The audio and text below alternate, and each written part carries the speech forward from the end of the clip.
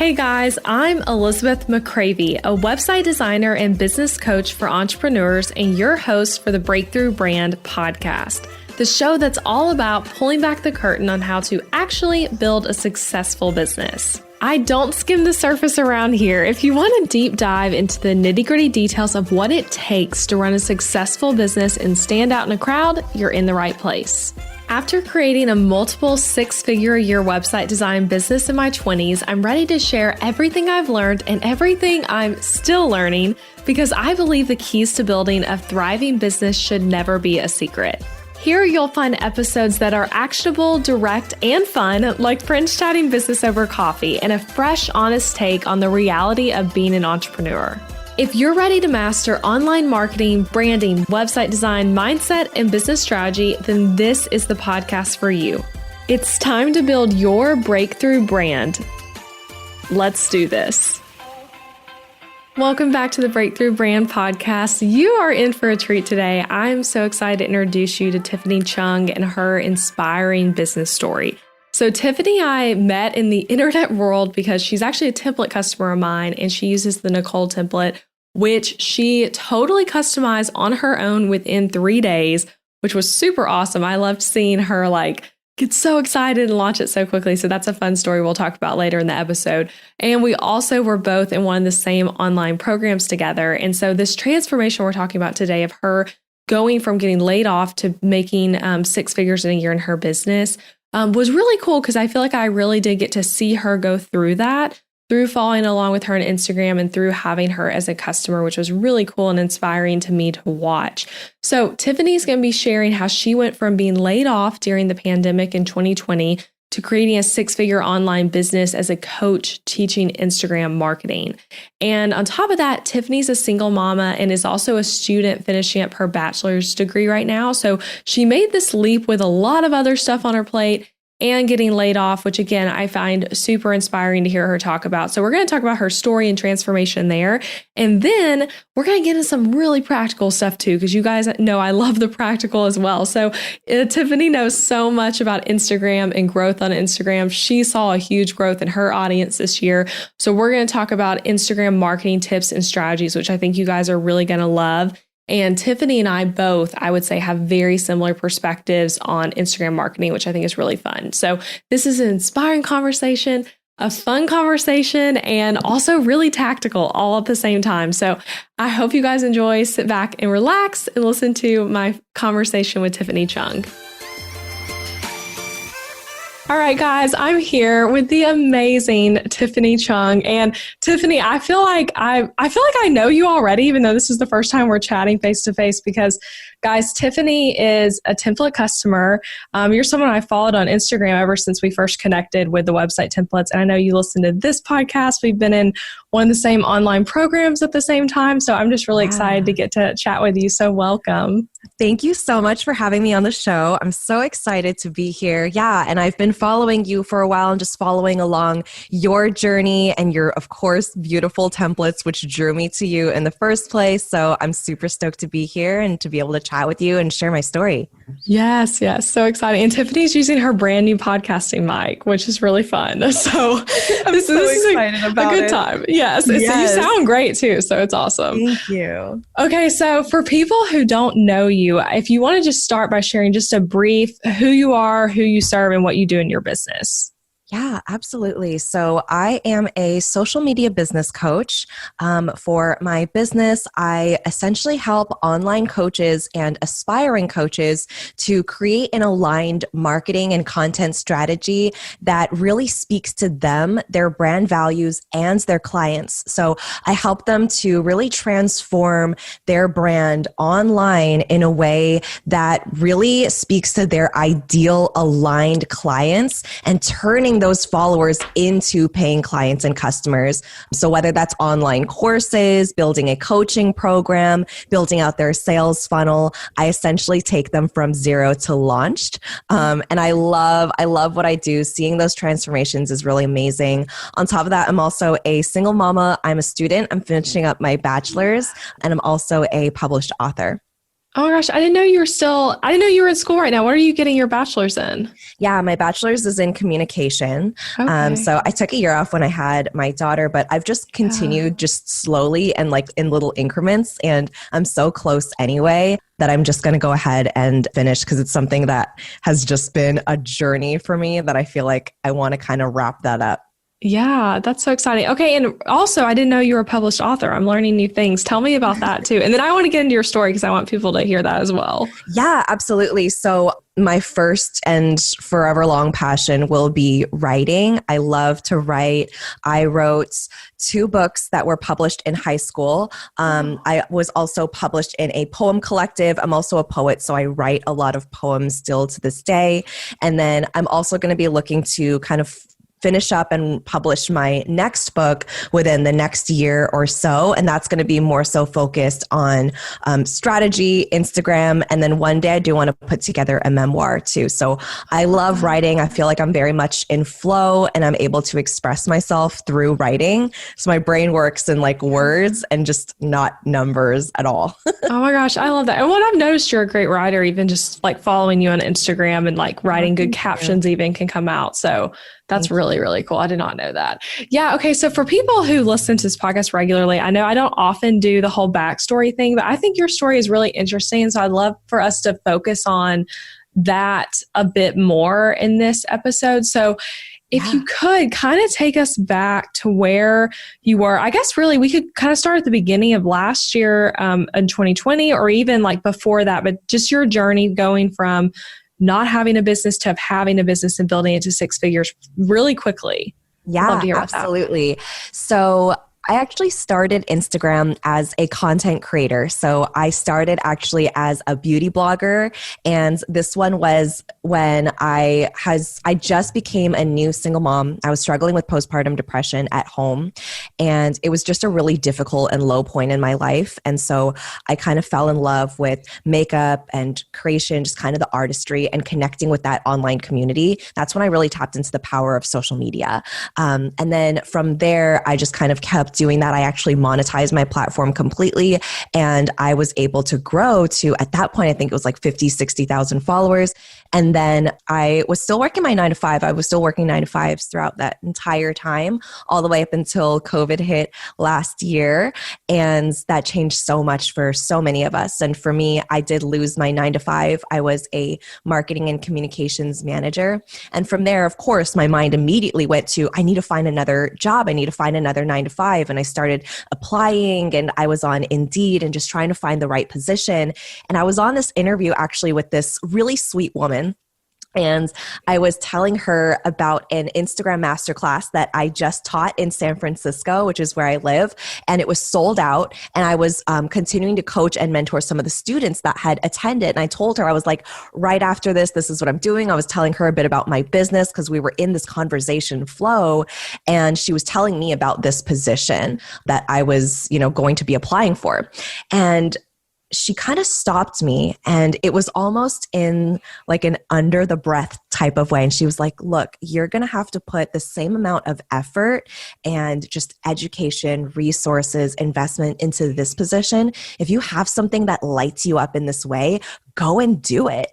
I felt like that was kind of the wake up call I needed. And I was like, wow, I was so focused on like the things that I felt like I needed to do or that I should do versus actually listening to myself and, bringing out like what I was called to do and what I felt like I was meant to, even though it was very, very scary. So I did take that leap and I completely pivoted into coaching. So I started off with one-on-one coaching, transitioning into group coaching. And within 8 months, I hit six figures in my business.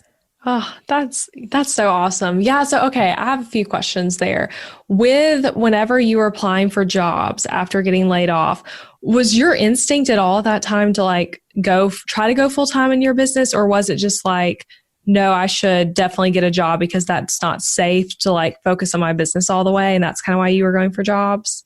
Yeah, it was the latter. I didn't think about going full time. It wasn't really something that was on my radar at all, honestly, until the first couple of months into, even just into coaching. Even when I started coaching people, I didn't think like, oh, this is what I'm going to do full time. Like, this is what I want. I really just fell in love with it. But it was that mentality of I need to get another job. Like, this is just what I'm supposed to be doing. And I didn't really stop to think about another alternative. And also at that point, I had not invested in any digital courses or programs or were a part of any digital online communities. I didn't even really know how big the coaching community was at all because I had never been exposed to any type of coaching. I'd never been coached. I'd never even thought about it. It wasn't until I was speaking to one of my friends that ended up becoming a business coach for me.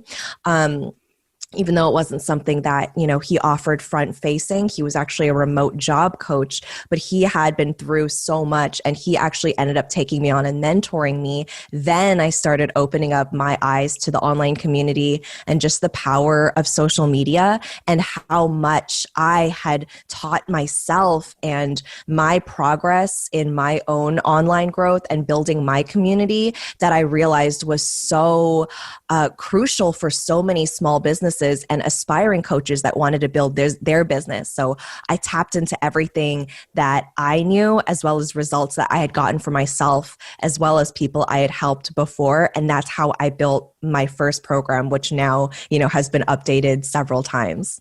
Yeah. Oh, that's so awesome. I love that you did that. And that reminds me of I'm sure you've heard me talk about this, but when I first started my business, I quit a job, so not laid off, but I did not think about taking my freelancing full time. I was like, I definitely need to get another full-time job. And no one ever wrote me back. Like I never even got an interview. And so it was just great, really great timing. Felt like how it was supposed to be of me not getting that interview and then it being like, okay, now I'm going to go into this since that didn't work out. So I love that.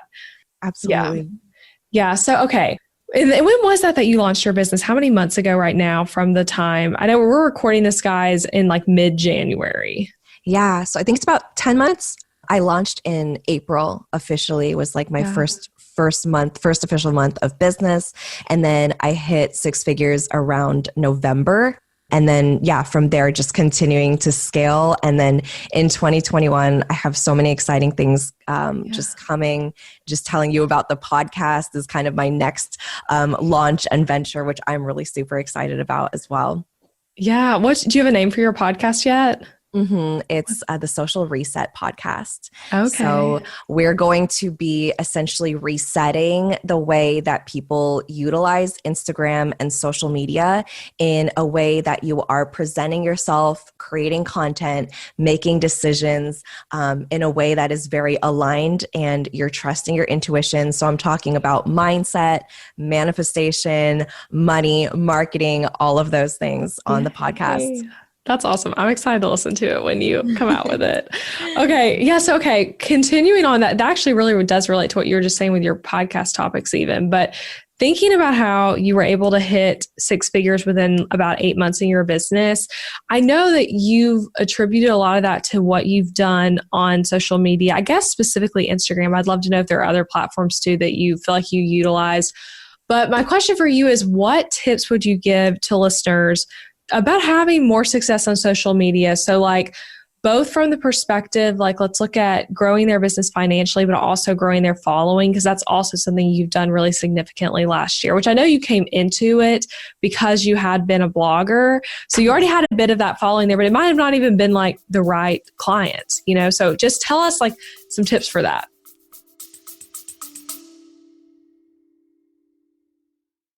Interrupting this episode with a suggestion for the small business owners listening. Ever wonder what you should do for healthcare when you and your spouse are both self-employed so there's no work-provided health insurance to participate in? Well, when my husband Adam joined me in the entrepreneurial job space over 4 years ago, we joined Christian Healthcare Ministries instead of getting traditional health insurance. And it was the best decision for us, especially in these years of growing and raising a family while also running multiple businesses. CHM is a health cost sharing ministry and is a faith-based alternative to health insurance. We did tons of research before choosing CHM, and if you know me and Adam, you know we are all about doing the math when making big or small financial decisions. And even though it's not insurance, CHM shares 100% of eligible medical bills, which is more than the typical 70 or 80% of medical bills paid for by insurance companies. All sharing is determined by the CHM guidelines, which you can check out before and after joining. And for the mamas and mamas to be listening, you truly cannot find a better healthcare option for maternity care. I had a vaginal delivery and a C-section and birth center care and hospital care between my 2 pregnancies and births, and it was all 100% shared for. And outside of birth, we've had our share of emergency room visits and procedures as a family, and those costs were all shared by members at Christian Healthcare Ministries, leaving us only paying our monthly contribution. CHM is less expensive month to month than insurance, and because there's no network, you can choose your care with whichever providers best fit your family. I seriously just cannot recommend Christian Healthcare Ministries enough. You've got to check them out. Go to elizabethmccravey.com/CHM for more information. Also putting that link in the show notes, elizabethmccravey.com/CHM. Now back to the episode. Yeah, absolutely. So yeah, I did grow my online community for quite a few years before I pivoted into coaching. But at the same time, not everyone that was in my community was an aligned client of mine. And so I did have to kind of pivot my strategy in order to just magnetize and attract the people that would be a really good fit for my program, because it is very niche specific towards online coaches and digital entrepreneurs that were providing services or digital products online. So from there, the main thing that I did and what really lights me up is content strategy. So creating the right content that clearly communicates what you do and effectively allows your audience to understand who you are and the transformation that they will be able to experience through working with you is gold. I made a lot of mistakes when I first started out in just talking about like all of the program perks and all the bonuses and what you can expect inside of it. And honestly, when people hear about the results and the transformations, how they can go from their hell island to what I call their heaven island, and you being the vehicle in between, they're not worried about the work that they need to do in between. I've booked clients without them even knowing the group coaching times, without even knowing like when and how we're meeting, without even knowing any of the perks, because I focus so much on that transformation that they will receive because they're a perfect fit for the program.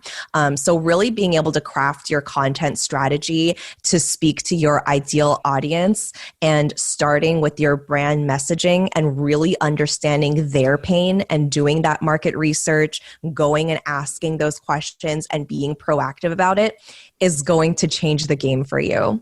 I love that. And I'm with you on, focusing on the results and transformation and not just only posting about your offers either. And that's a question too, that is a follow-up there of like, with your content, how are you planning it for yourself? Like, are you using an app? Are you picking different like categories of things to post? And what's your strategy there for planning your own page?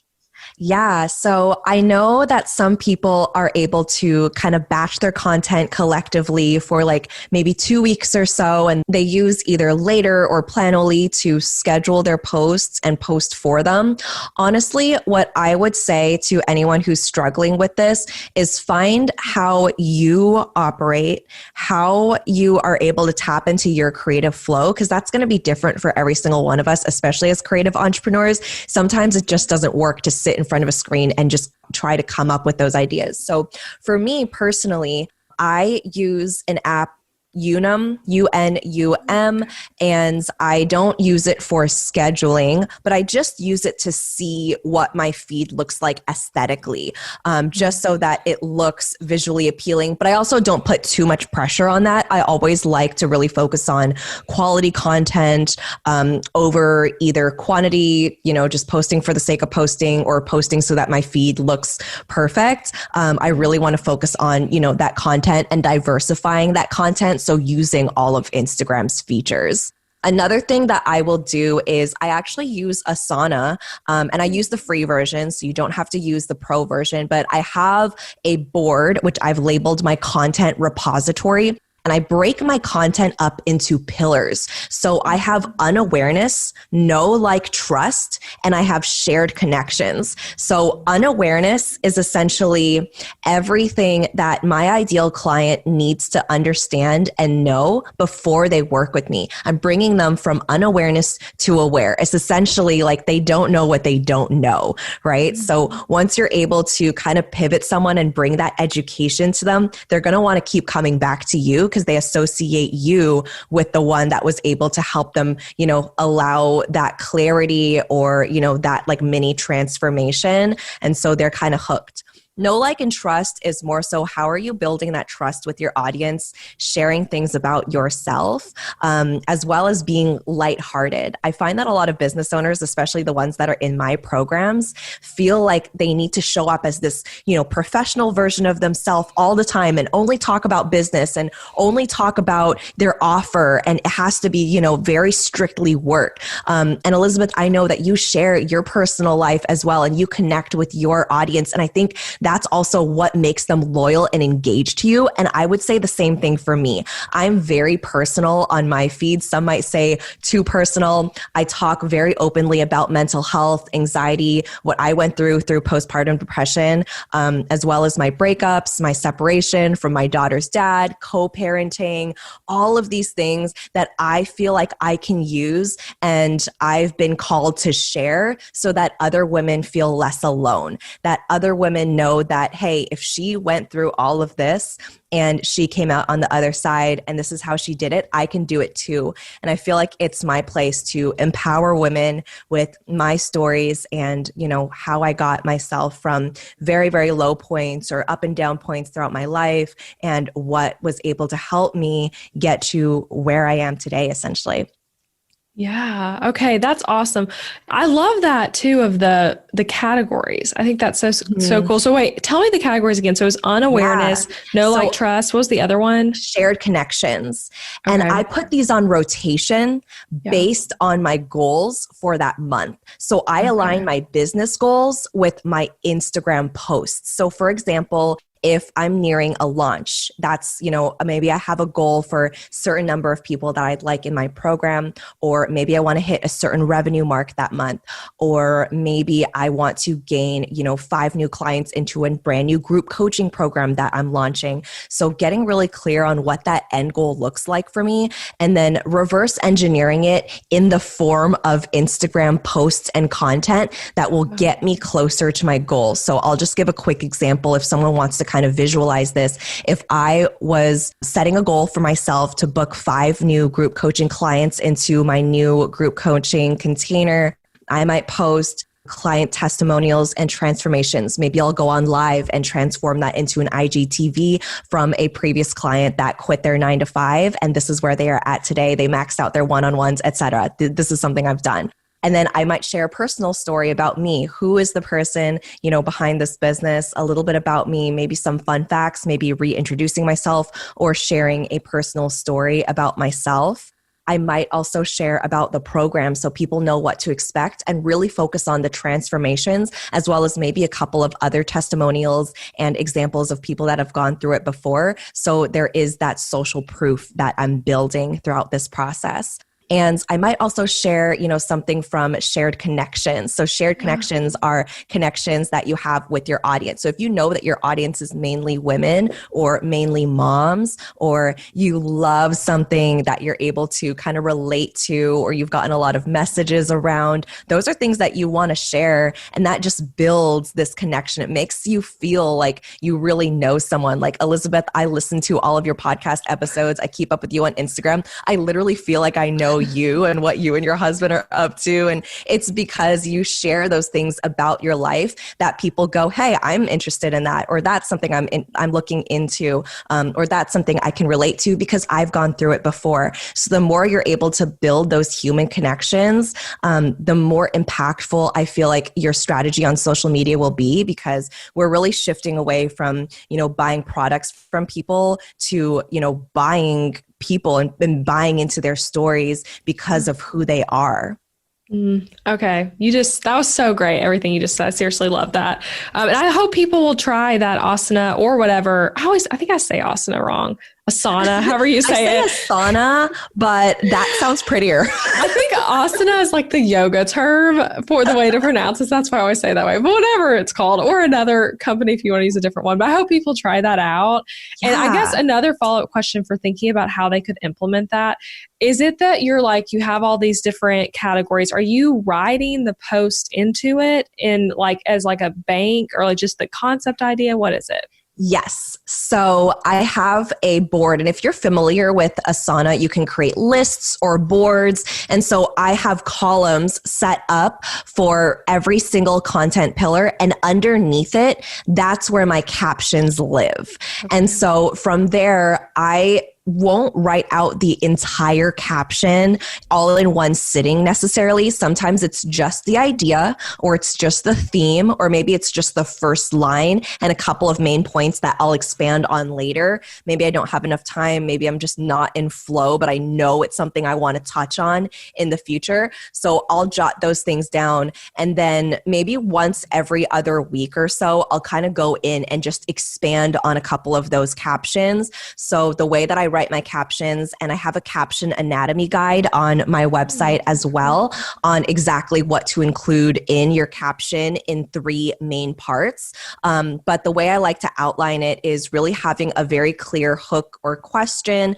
and then the body, which has a couple of main points or the meat of the caption, and then having a clear call to action. So that's normally how I write out my captions, and just make it as easy to engage with as possible. I really want to start discussions in the comment sections and really clearly communicate, my point to them. So that's normally what I do on Asana, but I don't always write it out in one sitting. Sometimes it is kind of coming back to it at different points, or if something comes to me and I'm not on my laptop, I just take out my phone and I write it on my notes app, and then I'll take some time each week to transfer ideas from the notes app onto my Asana board.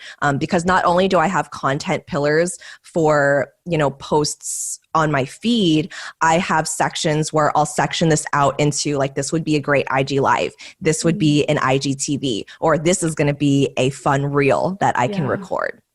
And I feel like that really is, like you said, a unique way to create content for people who are like, they're bringing up Planoly and they're like, I don't know what to put with this image. Like, I like that you start with the caption first, because that's also what I typically do, unless you have an image that really is like, the caption comes from the image, which is sometimes the case. But something I do, I actually think I have it literally with me. It's so funny. I printed January 2022 on accident, but I print out, I know people can't see us, so we're on Zoom, but I print out just like free on Google, a printable of that month for the year. So I accidentally did 2022 instead of 21 somehow.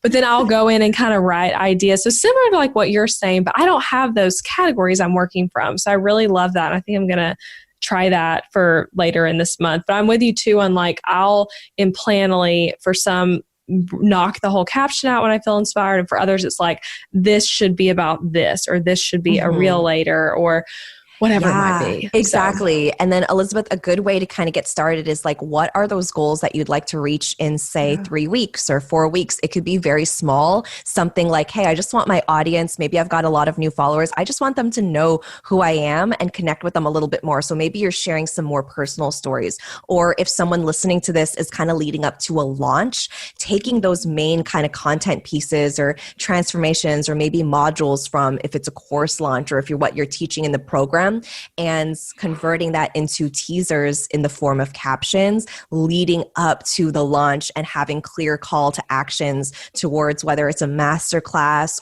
or some sort of downloadable freebie, etc., so that you can funnel people into this launch and make it as successful as possible. So content strategy is something that I think is really, really important, especially for online entrepreneurs. And the last thing I'll mention too, when, if you feel like that's a little bit too much strategy to kind of keep up with, because again, we all operate in different ways and we all, spark creative flow in different ways. So if there is something that comes to you through intuition, or you feel like you're just getting like an instant download or whatever you want to call it, something just comes to you maybe the day of and you just need to speak about it, let that happen. I get that a lot and I just follow through with it because I feel like it's really impactful and really powerful to really speak from the heart. Even if I had something else scheduled that day, if I feel like this is a topic I really need to discuss with my audience or they really need to hear it,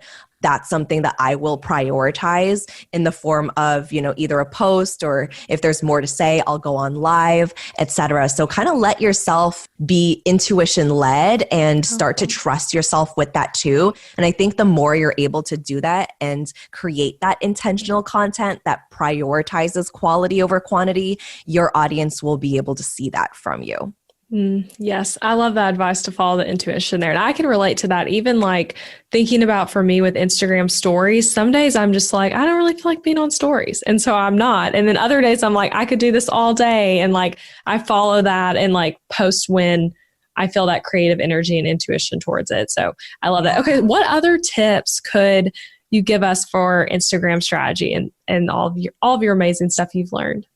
Yeah. Another thing that I see a lot of people doing, especially clients that are coming to me, feel like they need to spend all day on Instagram or hours and hours on end. And I just want to debunk that myth. You do not need to post on Instagram every single day or multiple times a day in order to grow your business. One of the affirmations I give my clients is you can spend less time on Instagram and your business will thrive, or your business thrives when you spend less time on Instagram. Your business thrives when you take care of yourself. So I really like to focus on, mental health and setting those boundaries around social media because I think it's so important to give yourself that time off, give yourself that break. And also because if you are intentionally engaging and showing up on social media, you can do that in 15, 20 minutes a day, and it can be really powerful. One of my clients went from posting daily and just feeling overwhelmed to posting 2 times a week with quality content and actually experienced more growth because we worked on really nailing their messaging, their content, and the way they're communicating with their ideal clients. And that has led them to book more clients, book more ideal clients and calls versus showing up every day because they feel like they have to. So that's something that I want to share. If anyone's feeling a lot of pressure on their shoulders to be posting on a consistent basis and they don't know, what that consistency looks like. So it just takes the form of daily posts or just throwing things and just hoping that they'll stick. I just want to remind you that you can give yourself grace. You can give yourself social media breaks. You can take time off for yourself and your business will grow because you're giving yourself that time to restart and fill your own cup and really realign before you show up for your audience. And that's really important. Yeah, that's really great advice. And with your business, what would you say how often are you posting right now in both, I'd be curious for stories, for lives and your feed, all of it. How often do you feel like you're posting? Yeah. So when I'm saying posting daily, I'm thinking in terms of feed posts. If you feel called to it, you can show up on stories every day. I normally show up on stories every day. It doesn't mean that I'm talking face to camera every single day. Sometimes I will just because I need to get stuff off my chest and I feel like my audience needs to hear it. But it can also just be in the form of like, what am I doing? Sharing things with me and my daughter, getting outside, just sharing my daily agenda, doing question polls or things like that. So it doesn't always have to look like, getting ready and being in front of video to show up on stories. And I feel like that's just also easier for people. But in terms of my feed, I normally post 2 to 3 times a week on my feed. And I go live once a week, and I'll try to post a reel at least once a week as well. But if I don't get to those things all in one week either, or if for some reason it's either not aligned or I need to prioritize my rest that week as well, those are things I just kind of release and know that Instagram and consistently, showing up is not going to be the thing that kind of makes or breaks. It is the connections that I'm making, via DMs, or it's the people that I am, building relationships with and sharing connections with, or being really intentional about how I am positioning myself on Instagram, the people I'm engaging with, and, utilizing other platforms as well.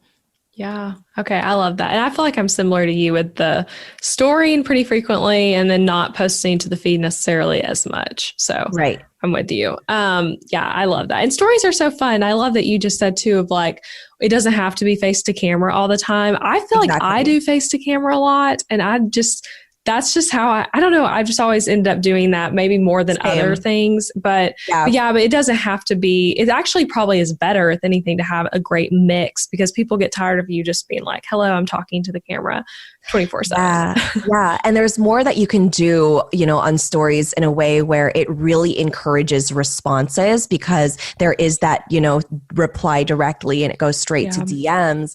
And that's a really good way to connect with your audience. So even if you're just posting to your feed once a week, but you're showing up, multiple times on stories, like 4 or 5 times on stories, talking to your audience and sharing what you're up to, that's a really great way to nurture your audience. And I would say if anyone listening is doing a lot of talking to camera stories, add captions. So type out what you're saying. It doesn't have to be word for word, but get the main gist, just in case, there are people. So this is just more accessible and inclusive in case people have any hearing disabilities, or it's just easier for them to read. I know that there are some moms that are like, thank you for adding captions, because I can't have my sound on when my baby is trying to sleep, and I'm still able to, watch and engage with your story. So it's just an inclusive way to kind of make sure that it's accessible for all of your viewers.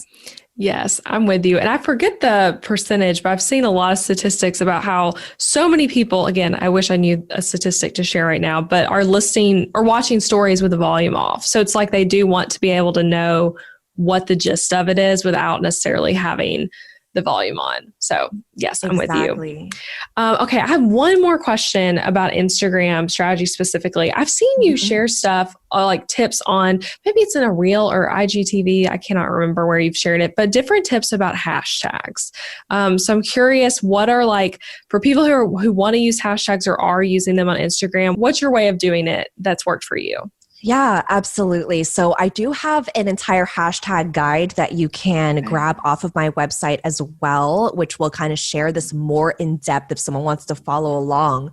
But the main thing that you want to think about with hashtags is really diversifying your groups of hashtags so that you're cycling them out and they're different each time, but that also your hashtags is going to be a mix of your audience specific hashtags as well as your niche and your content. So let me break down what each one of these means. So audience specific would be hashtags that your audience is using.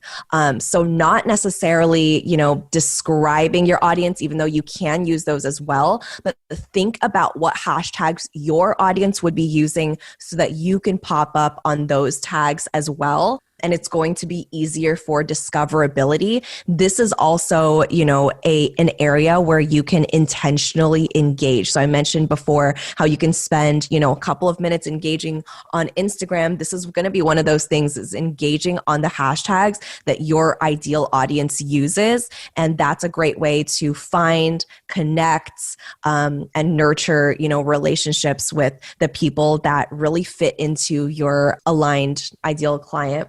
So from there, that's your audience specific. You also want to have niche specific or brand specific content. So this is really what encompasses you, your brand, what you do. So some of them for me would be content marketing tips, social media coach, Instagram coach, personal brand, etc. So these are some community kind of niche specific hashtags that really pertain to what you do. Especially if people are searching up, you specifically, it's going to be easier for them to find your page and find your platform. And also Instagram is now transitioning into more of a keyword search engine. So in the past, you used to only be able to find accounts if you either knew like their specific username that you're looking up or specific hashtags that they're using. Now they are gearing it more towards a keyword search app so that even if you typed in, specific SEO words that represent your brand, you're going to be able to pop up for your ideal clients and customers. So making sure that you are utilizing those keywords in your hashtags as well as your caption and clearly in your bio is just going to serve you and help you in the long run. And then the last category for hashtags is content. So hashtags that relate to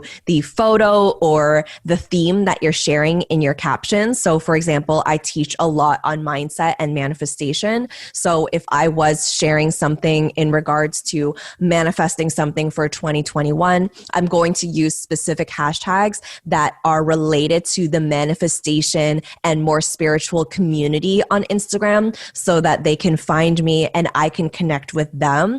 And if I align with them, then that way I'm able to get, more exposure and I'm able to grow my page and my account. And you can kind of track that through your insights as well.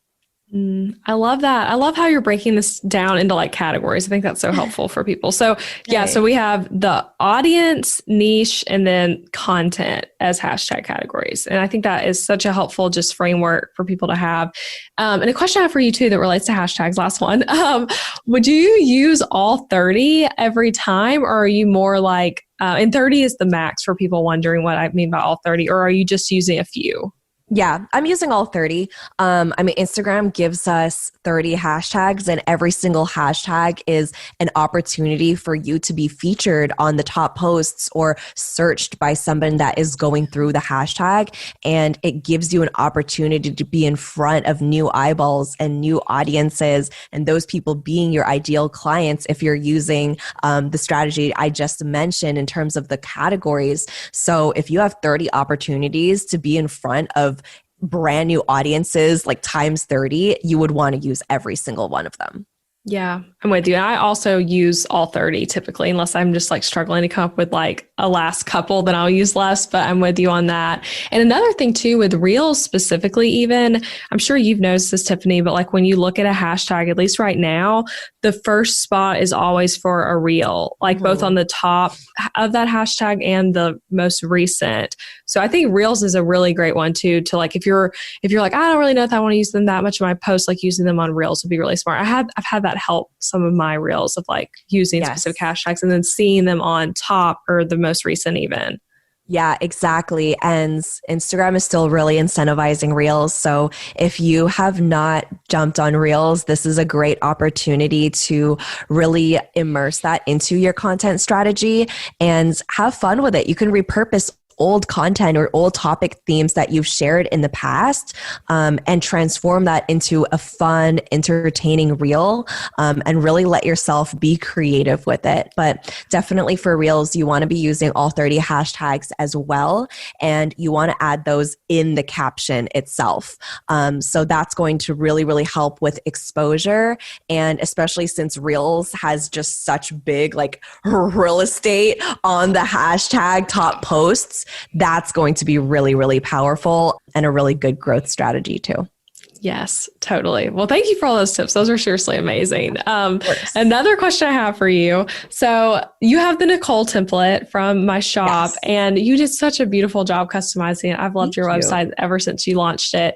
And you have a cool, quick time with it. So you customize your site in around a 3-day period. Mm-hmm. You were not a Show It user before, correct? So you were learning to Show It. Yeah. Okay. So tell us that. So for people who already have a website template and who are like, wow, 3 days, that's amazing. What tips do you have for customizing quickly? Yeah, absolutely. I would set aside that time. I definitely had to set aside time to just kind of sit with it and create and go through some of your videos. I believe that I had pretty much everything ready to go. So I had a couple of photos that I knew I wanted to use, which I've since refreshed, but I put those photos in, the right place and just kind of had them ready. I also had most of my copy ready. Some of it I did have to write on the spot, especially for things that I didn't have on a previous website. So I was using WordPress before, but it wasn't really my website. It was just my blog. So I just had blog posts and a little about me section.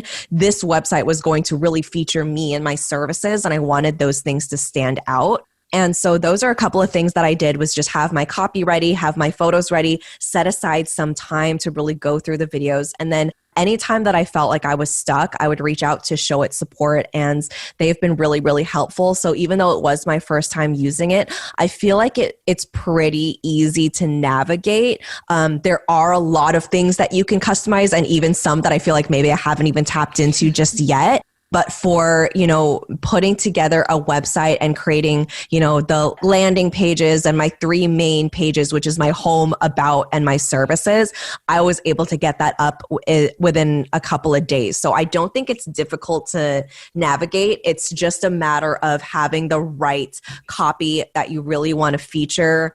And if you have your, brand guide, your color palette that you use, as well as, certain keywords or things that really represent your brand beforehand established, it's just going to help speed the process along even faster. So you can just kind of plug in some of those things. And yeah, it makes the process a lot more efficient. But I didn't find that it was extremely difficult to set up. And I don't have, like a web design or graphic design background at all. Yeah, I feel like that's such a common theme in people who set it up quickly, of like having prepped everything beforehand, which doesn't mean like you have every single thing figured out, but like you're saying, like not having to be like, oh, where are the photos I want to use, but already having images, already having copy ideas. Because you guys, when you're looking at the templates on my website, that's like how they actually are when you get it. So you can look at it and kind of get like figure out, what makes sense where. Okay, another question relating to the template shop for people who are like, maybe like they don't know which template to get, or they're not sure if they want a template. What advice would you have about that? Yeah, absolutely. So I would really, again, look back to, your branding and what really represents your brand in terms of like even just establishing keywords is really helpful. So for me, some of my key words and essentially like what encompasses my brand is I want it to be very energetic. I also, lean towards like feminine aesthetics because my audience is all women essentially.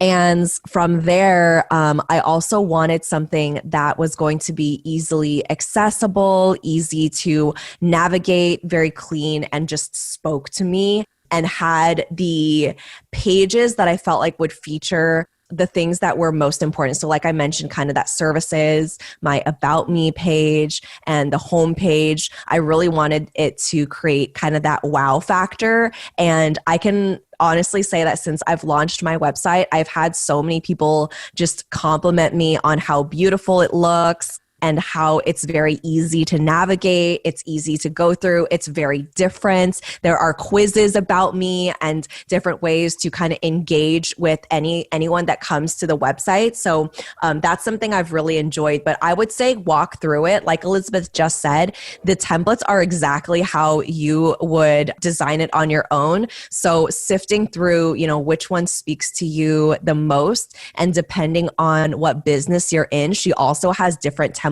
around that as well, including podcast templates too. So really determining what's going to be the most beneficial for you, your business, and the best way or the easiest way for your ideal clients and customers to come to the page, learn about you, and book you. That's really all that you need. Don't overthink the process. Yes. Okay. That's great advice. I love that. Yeah. Not overthinking it, going with your gut on which one makes sense for you. So thank you for sharing all that. And again, everyone needs to check out your website. So we will be linking to that in the show notes, along with both of those freebies you mentioned, if you guys are wondering how to access them. Okay, so last couple of questions. I want to ask you a few sort of rapid fire-ish type questions. So the first one, best tips for running a business and motherhood or fatherhood for the men listening. And I know balance is like a tricky word, but just doing both, like you, from what I can tell, you and your daughter have an amazing relationship and you're very available to her, but then you're also building this business. So how is that working kind of behind the scenes for you? Yeah, absolutely. So, I'm a single mom, and balancing both school and building a business is very, very tricky. I'm not going to sit and say that I've got the perfect balance figured out, and I've never met anyone who's ever said those words. Yeah. So I just want to say, like, everyone has a different way of operating, and balance isn't always realistic, especially for certain seasons in life, business, motherhood. That I feel like is always going to kind of be up and down. I don't ever feel like you kind of hit a point where you're like, all right, perfect. I've got balance and I'm good to go forever. It's going to be something that you have to navigate depending on what's going on in your life, the people around you that are able to support you or lack thereof, and really shifting around that and making it work. And I mean, it's with certain seasons, I feel like it's okay if some of those things are like falling through and not hitting every single nail on the mark, where you're getting every single thing done and you feel like you're on fire with productivity. We're all human. And I don't feel like anyone is nailing this down perfectly. And especially as moms, like, we experience so much guilt for just starting our own businesses, or from other people saying like, you're taking time away for our kids, and men will never experience what that's like, right? So for the busy working mom, I honestly just want to say, give yourself grace. Give yourself so much grace. You are doing the best that you can. And then what you can do is also just kind of determine when and how you best operate. Are you a morning person? Do you have more energy at night? Work around that and focus on the intentional revenue generating activities, and see where you can cut out certain things or delegate and outsource them to other people. That's something that I had to do, is quickly realizing I could not do every single thing in my business, and I shouldn't. There are people that I'm hiring and people on my team that are in their zone of genius that are going to do that job better than I can. And that's really important. Even automating and outsourcing household things like cleaning, groceries, getting groceries delivered, etc. These are all things that you can do as well to lighten that load. And if it gives you an hour, 2 hours of extra time with your children, then that's something that feels really good. And then if you haven't already, really discovering what your child's love language is. So my daughter's love language is quality time. Even if I'm just sitting and watching a movie with her, like I did last night when I was done with work, she felt really happy and she felt really loved. And it was a way that we were able to connect, because that's just how she receives love, is having my undivided attention. So I do my best to set that time aside, either throughout the day or at the end of the day, or cutting my work into very specific hours and being intentional with the tasks that I am doing and making sure that they are of priority and not just saying yes and taking everything on, is a way that I've been able to manage that. But I will say that there are weeks where she'll say things like, oh, I want to spend more time with you, or why can't we go to the park, or why can't we see my friends, especially during COVID and in quarantine. Yeah. It's honestly really hard. So the more that you're able to give yourself grace and not chase like that perfection or that perfect balance, the easier it is going to be, because it is going to come in waves. Okay, that's great advice. And I hope the mothers listening really hear that and hear the grace part too. I love that. Okay, my second rapid fire-ish question. You've been featured in so many media outlets. I mean, I'm definitely going to be forgetting some right now, but Yahoo Finance was one, BuzzFeed, I think Yes. Entrepreneur as well. My question for you basically is just, for people who want to get featured in more media, what have you done to get those features? What tips you have? All of that.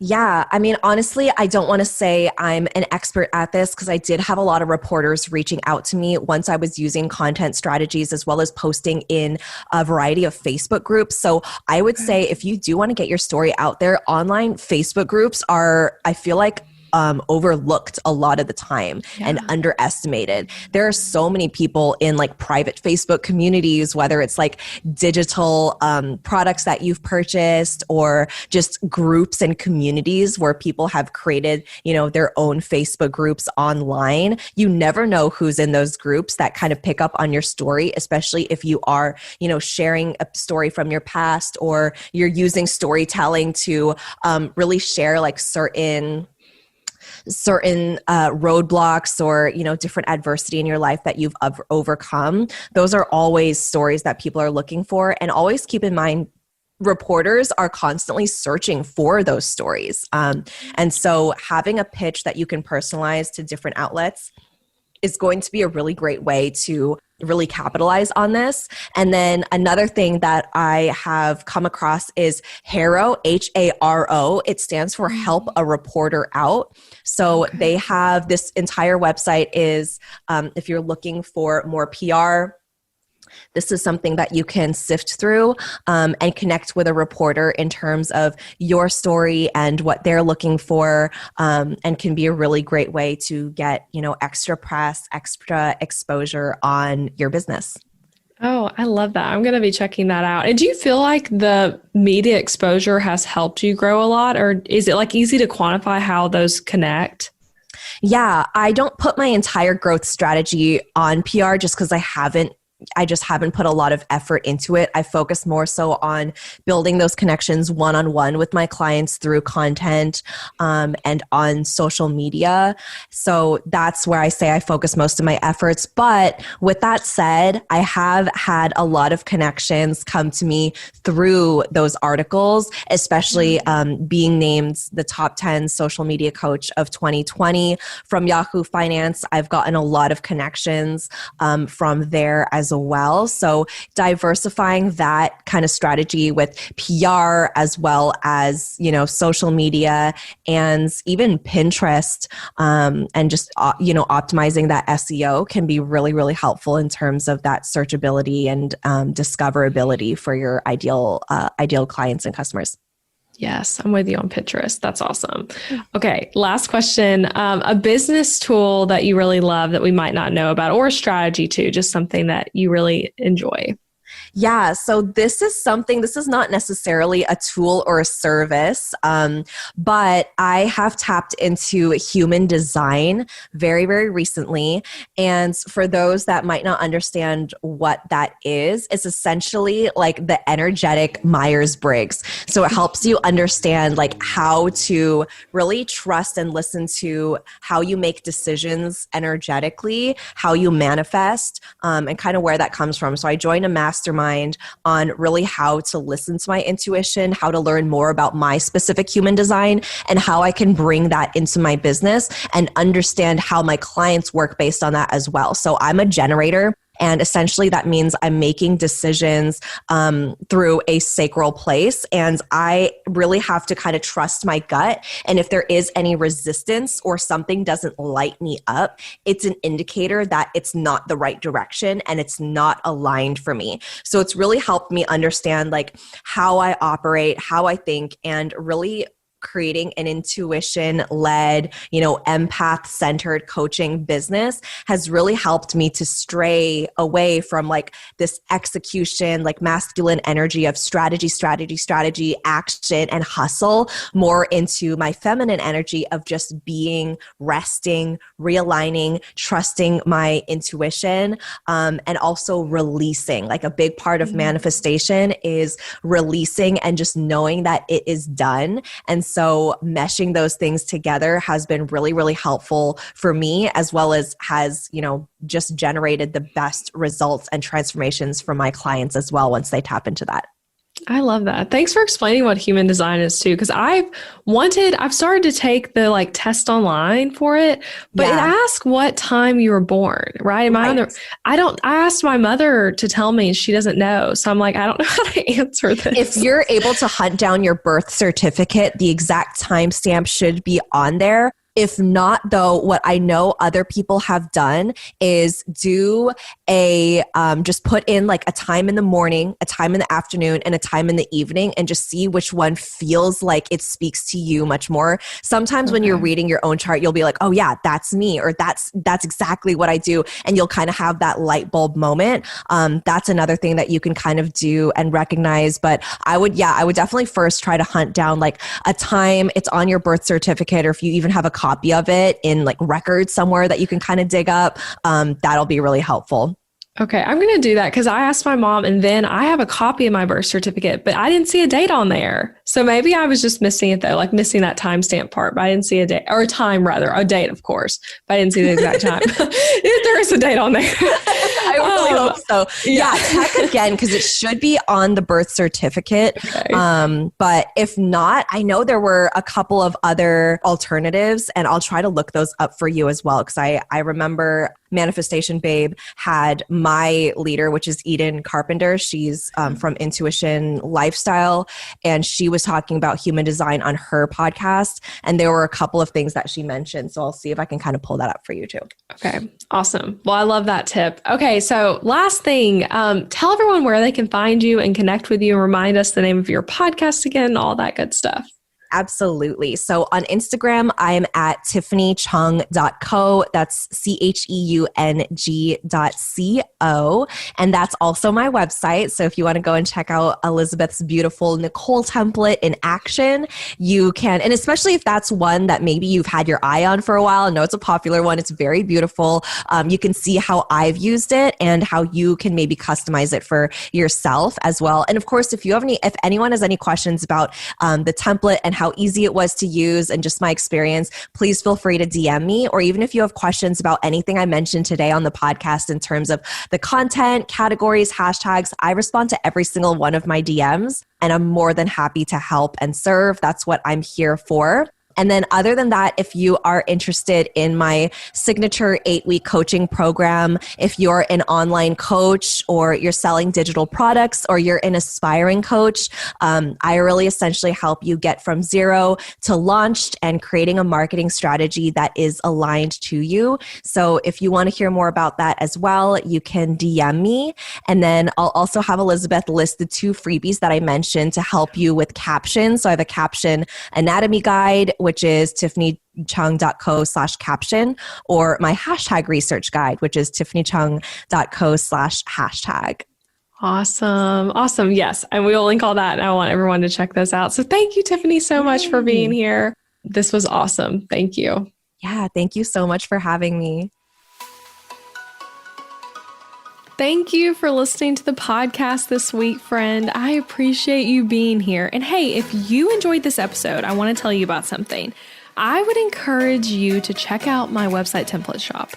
Over on elizabethmccravey.com, you'll find Show It website templates, and they are easy to use, strategically designed, and created to help you book more clients and customers.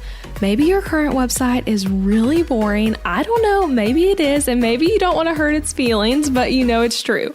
And your website needs to be strategically and intentionally designed in order for it to convert your viewers into raving customers. And that's what these website templates do on MShop. These are pre-made website templates built for the Showit platform where you can plug and play your content into the template with ease and then get started with a website that is made to actually make you money. Isn't that what we all want, right? So go shop the templates at elizabethmccravey.com/shop. That link is also in the show notes. And don't forget that you can actually subscribe to this podcast wherever you're listening so that you never miss an episode. And I would so appreciate it if you left a rating and review for the show on Apple Podcasts, or even just share it with a friend. It's a great way to support the show and then give us your feedback. So thanks so much for listening.